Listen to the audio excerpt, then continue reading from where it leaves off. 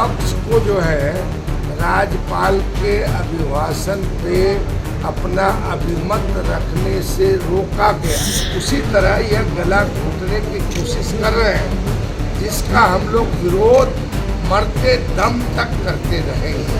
विधानमंडल के इतिहास में ये पहली घटना है कि विपक्ष को संशोधन पर बोलने का मौका नहीं दिया और निश्चित रूप से मैं कहूँगा कि यह आपातकाल की स्थिति का आभास दिलाता है और खासकर शिक्षा से संबंधित कई संशोधन थे जिस पर विपक्ष की बातों को नहीं सुना। हम लोग अपनी जान की बाजी लगा करके भी इसके खिलाफ जमीन पर लड़ेंगे। जरूर सदन के अंदर, विधानसभा के अंदर संख्या कम हुई है, मगर जमीन पर हमारी मजबूत आंदोलन है और उस आंदोलन को हम चलिए बुलडोजर को रोकने का काम करेंगे। नमस्कार, आप लाइव सिटीज देख रहे हैं। आपके साथ मैं हूं वसीम खान। बिहार विधान परिषद में नेता प्रतिपक्ष राबड़ी देवी सदन से बाहर निकली। गुस्से से लाल राबड़ी देवी जहां एक तरफ इमरजेंसी की बात, वहीं दूसरे तरफ अब्दुल बारिक सिद्दीकी खूब गरजे। वहीं संजय सिंह, देखिए संजय सिंह सीपीआई के कद्दावर नेता हैं, ग्राउंड जीरो के नेता हैं, कह रहे हैं सड़क पर उतरने की तैयारी करेंगे। सदन में बोलने का मौका नहीं दिया जा रहा है। प्रचंड जीत के बाद एनडीए कहीं ना कहीं तानाशाही रवैया अपना रही है। वहीं शशि यादव भी खूब चिल्लाई बुलडोजर एक्शन पर। इन तमाम नेताओं को सुनिए क्या कुछ कह रहे हैं। संसदीय लोकतांत्रिक व्यवस्था में विपक्ष भी सरकार का अंग होता है, ये व्यवस्था की गई। और पक्ष और विपक्ष अगर लोकतंत्र का कोई मतलब नहीं है। अब राज्यपाल महोदय का, महामहिम राज्यपाल का कल अभिभाषण हुआ। आज तक की जो परंपरा रही है, विपक्ष जो है उसमें क्या छूट गए उनके भाषण में उसका संशोधन देती है और विपक्ष को संशोधन पे बोलने का मौका दिया जाए। सबको, विपक्ष को और सबको सुनकर जो है सरकार अपना पक्ष रखती है और उत्तर देती है। मगर मेरे संसदीय जीवन में ये पहला अवसर है कि साहब विपक्ष को जो है राज्यपाल के अभिभाषण पे अपना अभिमत रखने से रोका गया।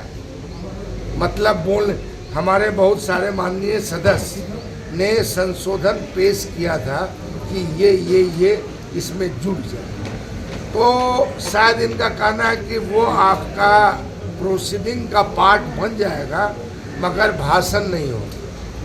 तो जब हमको अपनी अभिव्यक्ति से रोका जाए, अपना विचार देने से रोका जाए, तो हम मानते हैं कि साहब याद दिलाता है मुझको आपातकाल, इमरजेंसी का, कि विपक्ष का जिस तरह से गला घोटा गया था उसी तरह यह गला घोटने की कोशिश कर रहे हैं, जिसका हम लोग विरोध मरते दम तक करते रहेंगे।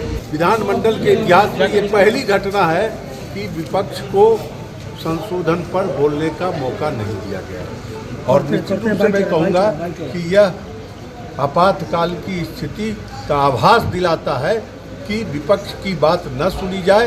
राज्यपाल के अभिभाषण पर हमने भी अपना संशोधन दिया था और खासकर शिक्षा से संबंधित कई संशोधन थे जिस पर विपक्ष की बातों को नहीं सुना गया। क्या लग रहा है आप लोगों के आवाज़ों को सदन के अंदर दबाया जा रहा है? हम सड़क पर इसको तो रखेंगे ही और रखते ही हैं कि शिक्षा में सुधार की बात महामहिम ने अपने अभिभाषण में जो कहा है उसमें बहुत सारी कमियां हैं, उसी को हमने उजागर करने के लिए संशोधन पेश किया था।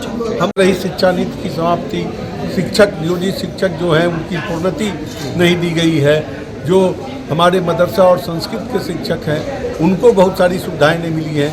इन्हीं को लेकर हमने संशोधन पेश किया था और हमको मौका नहीं दिया गया। पूरे बिहार को ये संदेश देना चाह रहे हैं, गरीबों को, महिलाओं को, कि अब आपकी आवाज नहीं सुनी जाएगी, आपकी रोजी रोटी आवाज रौंद दिया जाएगा। मगर हम लोग कहना चाहते हैं कि हम लोग अपनी जान की बाजी लगा करके भी इसके खिलाफ जमीन पर लड़ेंगे जरूर। सदन के अंदर, विधानसभा के अंदर संख्या कम हुई है, मगर जमीन पर हमारी मजबूत आंदोलन है और उस आंदोलन को हम जरिए बुलडोजर को रोकने का काम करेंगे। सदन के अंदर ये तानाशाही परंपरा शुरुआत कर दिया गया है।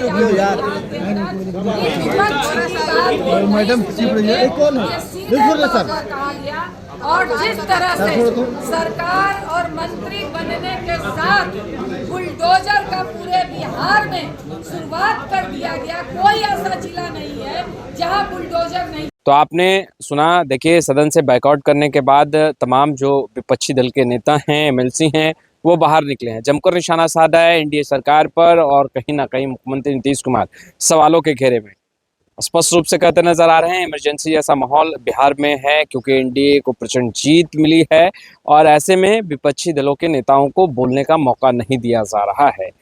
सदन से सड़क तक की बात कही जाती है और अब सड़क पर उतरने की तैयारी करेंगे। फिलहाल इस वीडियो में इतना ही। आपका बहुत बहुत शुक्रिया।